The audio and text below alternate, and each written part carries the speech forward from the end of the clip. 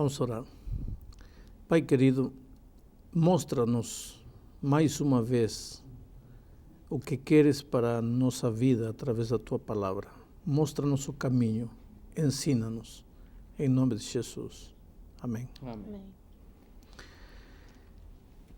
Deus tem uma igreja nesta terra? Essa é a grande pergunta que vamos a tentar responder no estudo de hoje. E se Deus tem uma igreja, como identificar essa igreja? Como saber qual é essa igreja? Por nome? Onde está? Em que país está? Se eu perguntar a um adventista qual é a verdadeira igreja de Deus nesta terra, ele vai dizer a igreja adventista. Se eu perguntar a um batista, vai ser a igreja batista. A um católico, a igreja católica. Todos dizem que a sua igreja é a igreja de Deus. Mas qual é a igreja de Deus? Eu vou lhes contar uma pequena experiência. Um dia, eu era um jovem pastor lá na Amazônia e tinha que realizar uma cerimônia batismal e eu ainda não podia batizar, não era pastor ordenado para batizar. Então, mandaram um pastor para mim. Só que o pastor tinha que chegar a um lugar distante, umas 7 horas de onde eu morava. Eu não tinha tempo para ir a procurá-lo. Então, mandei um jovem índio e falei, você vai esperar o pastor Aguilar, que está vindo para fazer o batismo. Ele me disse, pastor, mas eu não conheço o pastor. Falei, não importa, você vai lá quando chegar o ônibus de Lima, aí vem o pastor. Ele me disse, pastor, mas no ônibus virão pelo menos uns 40 passageiros, como eu vou saber qual é o pastor Aguilar? Falei, muito simples, eu vou te dar um papel e vou te escrever as características. O pastor Aguilar é um homem já de idade, aposentado, cabelo branco, sempre veste terno escuro, tem uma pinta grande no rosto, alto, magro. Então, quando você vê, descendo do ônibus, um homem idoso, cabelo branco, com uma pinta no rosto, alto, magro, de terno, pode ir que esse é o pastor Aguilar. Aí ele viajou lá e voltou com o pastor Aguilar. Mas ele me estava contando, ele parado lá, o ônibus chegou, viu descer um homem. Esse pode ser homem, mas jovem, não pode ser. Aí outro saiu, homem, jovem, também não pode. Outro, homem, idoso, cabelo branco, esse pode ser. A pinta não tem, é gordo, não pode ser. E ele foi conferindo as características até que encontrou o pastor Aguilar. Eu acho que Deus fez a mesma coisa com a gente. Diz, filho, você quer saber qual é a minha igreja nesta terra? É simples. Você procure as características da minha verdadeira igreja. E aqui no capítulo 12 de Apocalipse, encontramos quais são as características da igreja de Deus nesta terra. No capítulo 12 de Apocalipse, encontramos o versículo 1 que diz assim, viu-se grande sinal no céu, a saber, uma mulher vestida do sol, com a lua debaixo dos pés e uma coroa de 12 estrelas na cabeça. Esta mulher é símbolo da igreja. Não vou gastar tempo agora provando por que digo que esta mulher é símbolo da igreja, mas no contexto geral do estudo do Apocalipse, sem dúvida nenhuma, esta é a igreja de Deus. Esta mulher é símbolo da igreja de Deus. Inclusive porque, vejam, achando-se grávida, grita com as dores do parto, sofrendo tormentos para dar à luz. Da igreja nasceu o Senhor Jesus, lembrem. Viu-se também outro sinal no céu. Eis um dragão grande vermelho com 7 cabeças, 10 chifres e nas cabeças 7 diademas. Versículo 5. Nasceu-lhe, pois, um filho varão, a mulher, que há de reger todas as nações com cetro de ferro. E indubitavelmente esse é Jesus. E o seu filho foi arrebatado para Deus até o seu trono. Mas nós vemos aqui que esse dragão quer devorar o filho da mulher. O versículo 4 diz, a sua cauda, falando do dragão, arrastava a terça parte das estrelas do céu. Esse é o diabo, evidentemente. As quais lançou para a terra. E o dragão se deteve em frente da mulher, da igreja, que estava para dar à luz, a fim de lhe devorar o filho quando nascesse. Lembram que Herodes quis devorar, lógico, o diabo no coração de Herodes, quis matar Jesus quando estava. Esta é a descrição da igreja de Deus. Agora, interessante que esta descrição termina falando da mulher nos últimos tempos. Diz assim, nos últimos tempos irou-se o dragão contra a mulher, contra a igreja de Deus, versículo 17. e foi pelejar com os restantes da sua descendência, ou seja, com os descendentes desta mulher, com a igreja dos últimos tempos, com a igreja de nossos dias, os quais, aí estão as características da verdadeira igreja, os quais guardam os mandamentos de Deus e têm o testemunho de Jesus. Então, você quer encontrar a igreja de Deus nesta terra? Procure uma igreja que tenha estas duas características. Uma só não vale, as duas têm que estar juntas. Primeiro, tem que ser uma igreja que creia em Jesus, pregue Jesus, o centro da sua mensagem e de sua doutrina seja Jesus, mas ao mesmo tempo que obedeça Jesus, que ande nos caminhos de Jesus, que guarde os mandamentos de Jesus. Quando você encontra essa é a igreja de Deus. Agora, tem muita igreja que crê em Jesus, mas não guarda os mandamentos de Deus. Tem muitas igrejas que guardam os mandamentos de Jesus, mas o centro da doutrina e da mensagem não é Jesus. Quer dizer, para ser igreja de Deus, tem que encontrar uma igreja com as duas características, então você encontrou a igreja de Deus. Pastor, parece que cada esquina tem uma igreja. E todas elas afirmam, eu tenho a verdade, eu tenho a certeza do que eu estou pregando. Eu posso colocar, nesse caso, aquele ditado que diz que todos os caminhos levam a Roma, mas nesse caso, todos os caminhos levam a Deus? Bom, todos os caminhos podem levar a Roma, mas a Deus não. Porque Deus tem um só caminho, e o único caminho é Jesus. Ele disse, eu sou o caminho. Agora, como é que Jesus, porque um dia eu estava falando de Jesus é o caminho, e uma velhinha disse, pastor, eu não entendo, porque para mim caminho é um pedaço de terra por onde eu piso, eu ando. Jesus é o caminho, quer dizer que eu tenho que andar em Jesus? Como é que Jesus é o caminho? Jesus é o caminho através de sua palavra, ele te mostra. Todas as igrejas podem dizer, eu tenho a verdade, muito bem, agora a ti Deus te deu olhos, te deu entendimento, te deu cabeça, para, a ver, quero ver, o que diz aqui? A igreja fala uma coisa, mas aqui diz outra coisa, então a igreja não está certa, aqui está certo, a palavra de Deus que está certa, não é a igreja. Pastor, só uma coisa, eu estou entendendo mais ou menos o que o senhor está falando, mas minha dúvida é a seguinte, não parece um pouco radical, um pouco exagerado, afirmar que no meio de tantas igrejas Deus tem uma única?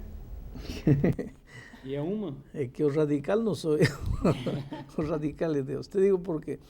Na Bíblia existem muitas figuras da igreja de Deus. Por exemplo, quando Cristo voltar, ele vai encontrar ovelhas, que são os filhos de Deus, e cabritos.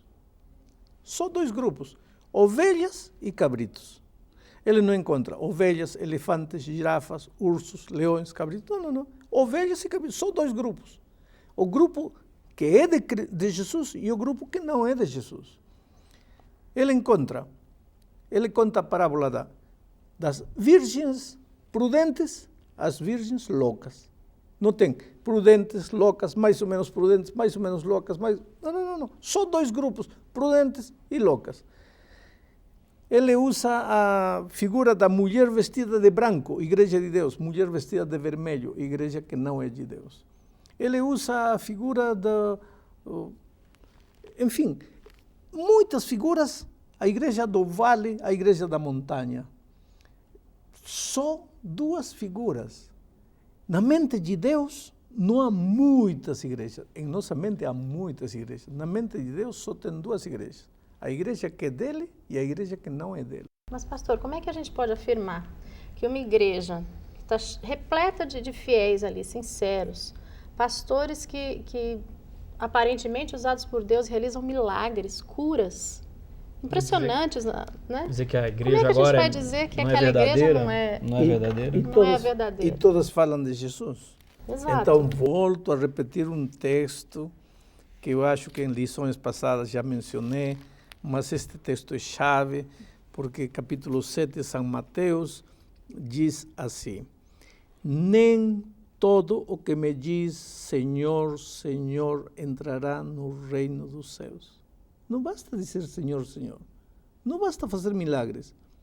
Diz, aquele que faz a vontade de meu Pai que está no céu. Muitos naquele dia han de dizer-me, Senhor, Senhor, porventura não temos profetizado em teu nome não expelimos demônios, em teu nome não fizemos muitos milagres? Então eu lhes direi explicitamente, nunca vos conheci. Aí está. Não basta dizer Jesus, Jesus. Ora, se de dizer Jesus, Jesus dependesse da salvação, todo mundo estava salvo. Mas acontece que para pertencer à Igreja de Deus, tem que crer em Jesus, seguir a Jesus, amar Jesus, mas andar nos caminhos de Jesus, que é o caminho da obediência, o caminho da sua palavra escrita. Pastor, Jesus estava aqui na Terra, ou esteve aqui na Terra mais ou menos 2000 anos atrás, né? E ele que, a partir dele, nasceu então o cristianismo, essas coisas todas. E ele teve os seus discípulos, que eles sim foram o início da sua igreja. De lá para cá tem uma história, de lá para cá tem um povo, de lá para cá tem uma linha no tempo, onde algumas pessoas dizem assim, não, eu faço parte da igreja constituída por Jesus na Terra quando ele esteve aqui. Só que passaram 2000 anos. E me parece que nesse período aí outras coisas foram colocadas sem ser essas características que estão aqui. O que mais interessa? A história ou Apocalipse capítulo 12, versículo 17? Veja, quando Cristo esteve nesta terra, estabeleceu sua igreja. Aí estava a igreja de Deus. Por que era a igreja de Deus? Porque o centro da sua vida e da sua mensagem era Cristo. E porque, além disso, esse grupo de 12 obedecia aos mandamentos de Deus. Eles obedeciam tudo, está claro aí. Enquanto esse grupo, Cristo foi aos céus, deixou o grupo foi crescendo, 50, 100, 1000, 5000. Enquanto Cristo fosse o centro da mensagem e eles guardassem os mandamentos, continuavam sendo a igreja de Deus. E vinha através da história. Chegou um momento em que Cristo continuava sendo o centro da mensagem, mas alguém disse assim, olha, o quarto mandamento já não é o dia santo, agora o dia santo é o domingo, já não é o sábado. No momento em que a igreja começou a desobedecer a Deus, deixa de ser a igreja de Deus. Mas ao longo da história, Deus sempre teve um remanescente, um grupo de fiéis, obedientes, que historicamente ficavam nas montanhas obedecendo a Deus. O lema deles sempre foi, é preciso obedecer a Deus antes do que os homens. Obedecer a Deus não é fácil. Agora, pastor, eu acho que eu nunca fui tão direto em uma pergunta para o senhor nesse momento. E eu vou ser bem direto. Hoje, qual é essa igreja, esse povo remanescente? Eu queria que o senhor me colocasse isso de forma muito clara e eu queria que o senhor defendesse o seu ponto de vista, a sua ideia. Se você acha que eu vou fazer propaganda da minha igreja, não vou fazer. Eu vou te dizer, Deus te deu sabedoria, Deus te deu inteligência, procure uma igreja que creia em Jesus, tenha Jesus como o centro da sua mensagem e que guarde os mandamentos de Deus do jeito que está em Êxodo capítulo 20. Mas eu vou Essa insistir. É a igreja de Deus. Eu vou insistir. O senhor segue uma igreja. Por que o senhor segue essa igreja? Porque encontrei uma igreja que prega Jesus, o centro da sua mensagem é Jesus, o centro da sua vida é Jesus e guarda os mandamentos de Deus. Pastor, por isso estou na igreja onde estou. Pastor, agora, digamos que eu estou numa igreja, estou ali com sinceridade de coração, estou ali achando que estou na igreja verdadeira, não é? Eu corro algum risco com relação à minha salvação? Vou te ler um texto. Tomara que eu consiga achar este texto. Sim, está aqui. Hebreus capítulo 10, versículo 26. Diz assim, porque se vivermos deliberadamente em pecado, depois de termos recebido o pleno conhecimento da verdade, já não resta sacrifício pelos pecados. Que pecado? São João disse, pecado é a transgressão da lei. Que lei? Éxodo 20. Que diz o quarto mandamento? Lembra-te do dia sábado para santificá-lo. Você não guardava o sábado porque você não sabia. Então, aquele que sem lei pecou, sem lei será julgado. Mas, se um dia, diz aqui, depois de ter recebido o pleno conhecimento da verdade, você continua fazendo o que fazia, já não resta sacrifício para você. Isso é contundente. Você está dizendo que se eu ficar sabendo da verdade, né, e não mudar a tempo, eu estou perdida.